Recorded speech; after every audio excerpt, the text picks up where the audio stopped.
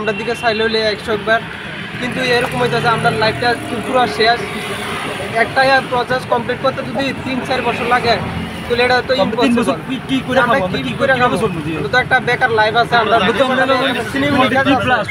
যদি ঘরে বসে থাকি আমরা জীবনকে চলবো, মা বাবার জীবন চলবো তো না। কিছু একটা তো প্রসেস দেখাইতে পারবো যে আমরা একটা কিছু করে খাওয়ানোর লেগে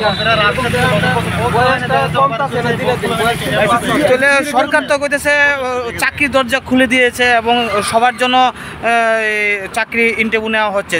তো আজকে এতদিন ধরে আটকে আছে, এই বিষয়টা তোমরা কিভাবে দেখতেছো?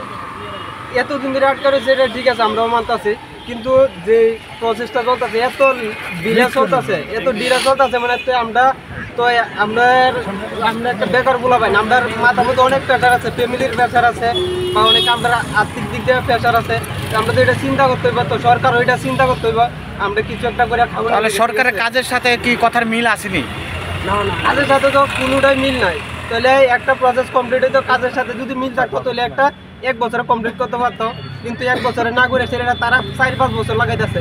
তারা চাইতেছে যে ভোট আয়োগ, ভোটের আগে যে আমরা একটা লিস্ট ফাটামো বা নোটিফিকেশন দেবো, আমরা ভোটটি আদায় করুম, এরকম সিস্টেম তারা চলতেছে। ঠিক আছে, তো আমরা দিকে তো তারা কোনো নজরই দিতেছে না। নজর দিলে ঠিক আমার জীবনটা একটু উন্নত হইতে হলে এতলা বেকার বলাবেন। তাহলে বেকারদের নিয়ে কি ভোট রাজনীতি করা হচ্ছে সেটা বলছো? শিওর, এটা রাজনীতি, আমরা জীবনটা লয়ে সেটা রাজনীতি খেলতেছে এরকম মানে একটা ইচ্ছে।